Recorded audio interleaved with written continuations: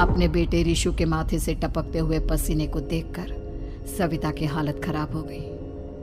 ऐसा आज पहली बार नहीं हुआ जब रिशु नींद से घबरा कर जागा है। हाय मेरा बच्चा, न जाने किसकी नजर लग गई है तुझे। जब से मेरे बच्चे ने 10वीं के एग्जाम में स्कूल टॉप किया है तब से रोज बुरे बुरे सपने आने लगे हैं। हाँ माँ, मैंने आज फिर से एक काले साए को देखा। वो यहीं मेरी आंखों के सामने खड़ा था। माँ मुझे बचा लो माँ। वो मुझसे कह रहा था कि मुझसे बदला लेगा। माँ कहीं ये प्रशांत। चुप कर, कैसी बात कर रहा है? दोबारा उसका नाम मत लेना।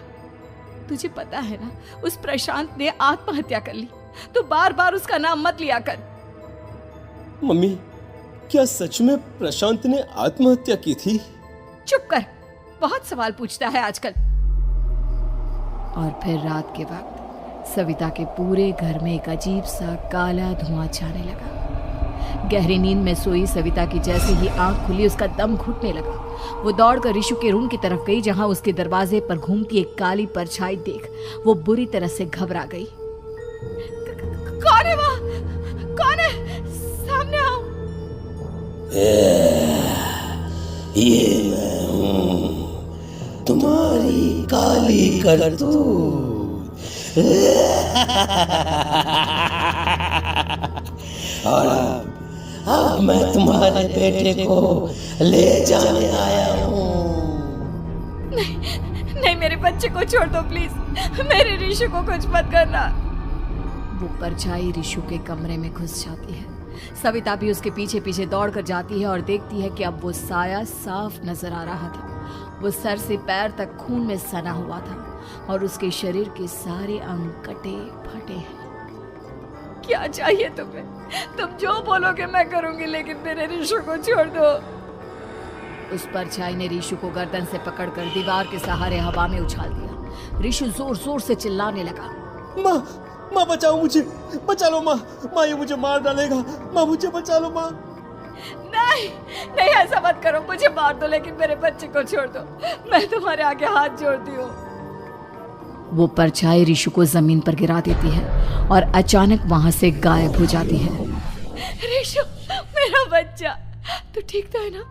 कुछ बोल बेटा, क्या हुआ है तुझे? मैं ठीक हूँ माँ।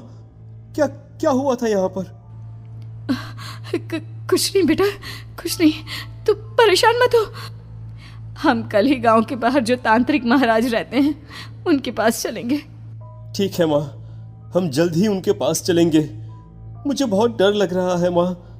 ये बार बार मुझे डरावने सपने आना, ये सब हमारे साथ क्यों हो रहा है माँ? अगले दिन सविता अपने बेटे रिशु को लेकर गांव के बाहर तांत्रिक के पास जाती है। जिस जगह पर तांत्रिक रहा करता था वो जगह बहुत डरावनी थी। चारों तरफ कंकाल और खूब भूतियां नजर आ रही थी।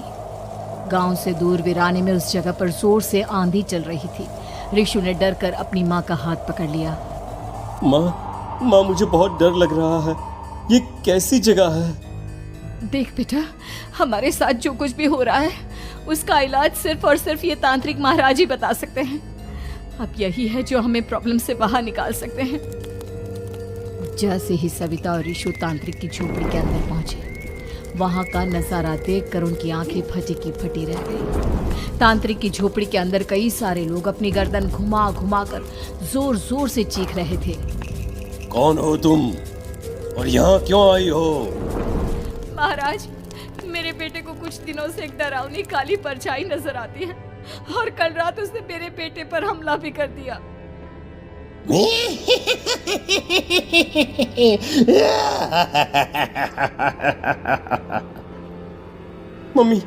मम्मी हमें यहाँ से चलना चाहिए। ये जगह मुझे ठीक नहीं लगती। नहीं बेटा, ऐसा नहीं कहते। रुक जाओ, 2 मिनट के लिए रुक जाओ। क्या कहा? काली परछाई? तुम्हारे बेटे पर किसी काली परछाई ने हमला किया? हाँ महाराज, वो कह रही थी कि वो मेरे बेटे को कुछ कर देगी।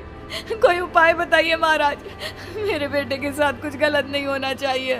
तुमने किसी दूसरे के साथ गलत किया है। तो तुम्हारे साथ भी गलत होकर ही रहेगा। तुमने किसी की जान ली है, किसी को मार डाला है तुमने। नहीं महाराज, मैंने ऐसा कुछ नहीं किया। मैंने किसी की जान नहीं ली। मुझे कोई उपाय बताइए। लगता है तुम इतनी आसानी से नहीं मानोगी। मैं तुम्हें अभी उस काली परछाई से मिलवा देता हूँ और वही सारा सच तुम्हारे सामने लेकर आएगा। हाँ? सविता और ऋषु ने डर के मारे अपनी आंखें बंद कर ली। तभी अचानक तांत्रिक की झोपड़ी में अजीबोगरीब आवाजें गूंजने लगी। सविता और ऋषु बुरी तरह से कांप रहे थे।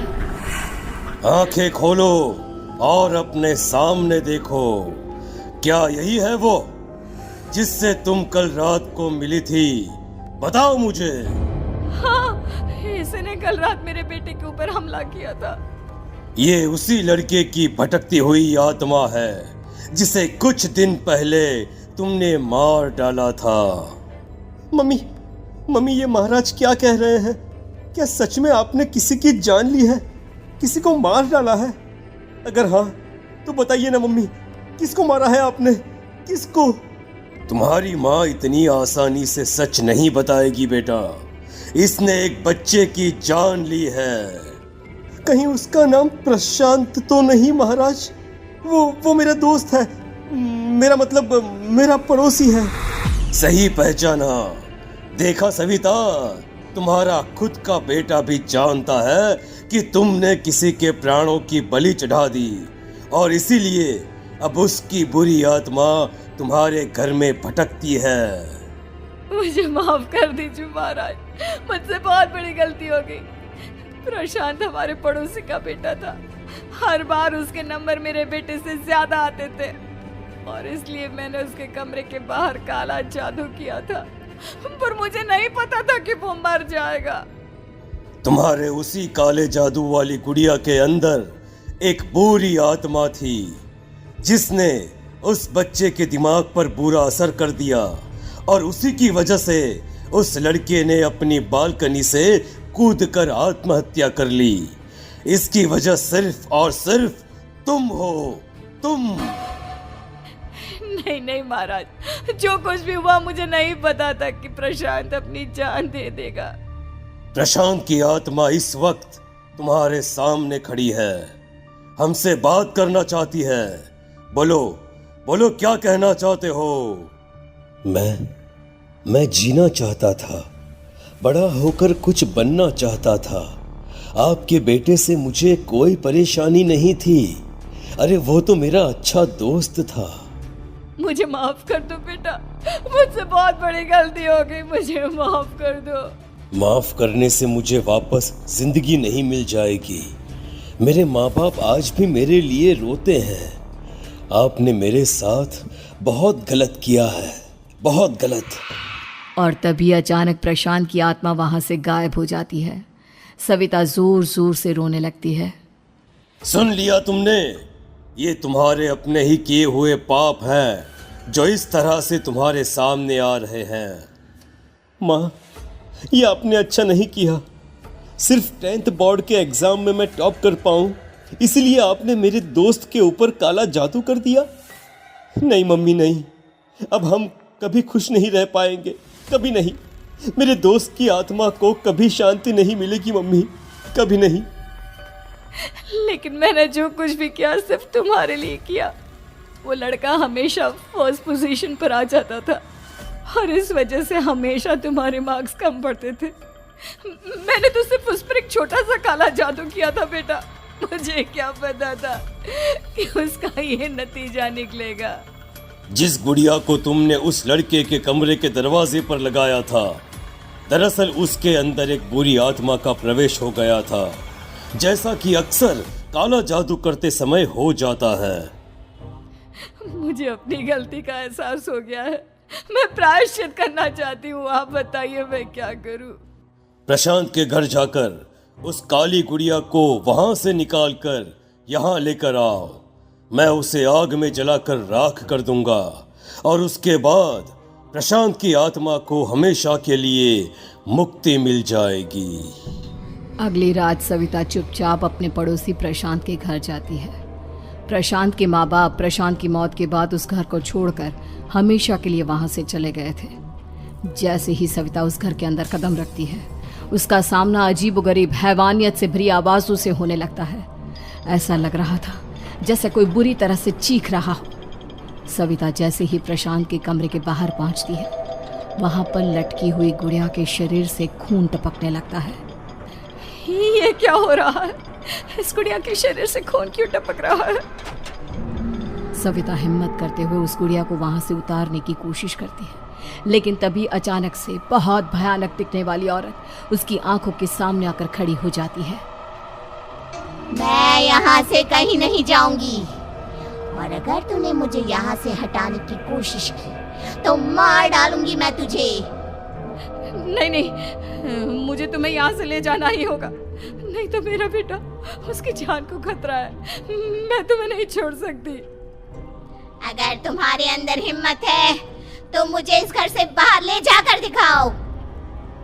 और ऐसा कहकर वो औरत सविता के ऊपर हमला कर देती है और उसे हवा में उछाल उछाल कर जमीन पर पटकती है। लेकिन तभी अचानक मौका देखकर सविता अपने हाथ में ली हुई सुई उसके हाथ में चुभो देती है। हाथ में सुई लगते ही वो औरत जमीन पर तड़पने लगती है। ये क्या किया तूने? ये क्या कर दिया? तुझे ऐसा नहीं करना चाहिए था। तांत्रिक ने मुझे कहा था कि तुझसे जीतने का सिर्फ यही एक तरीका है जिससे मैं अपने पापों का प्रायश्चित कर सकती हूँ और अपने बेटे की जान बचा सकती हूँ। और उसके बाद वो डरावनी दिखने वाली औरत एक छोटी सी जादुई गुड़िया में तब्दील हो गई और सविता ने उसे ले जाकर तांत्रिक को दे दिया। तांत्रिक ने जादुई गुड़िया को आग के हवाले कर दिया।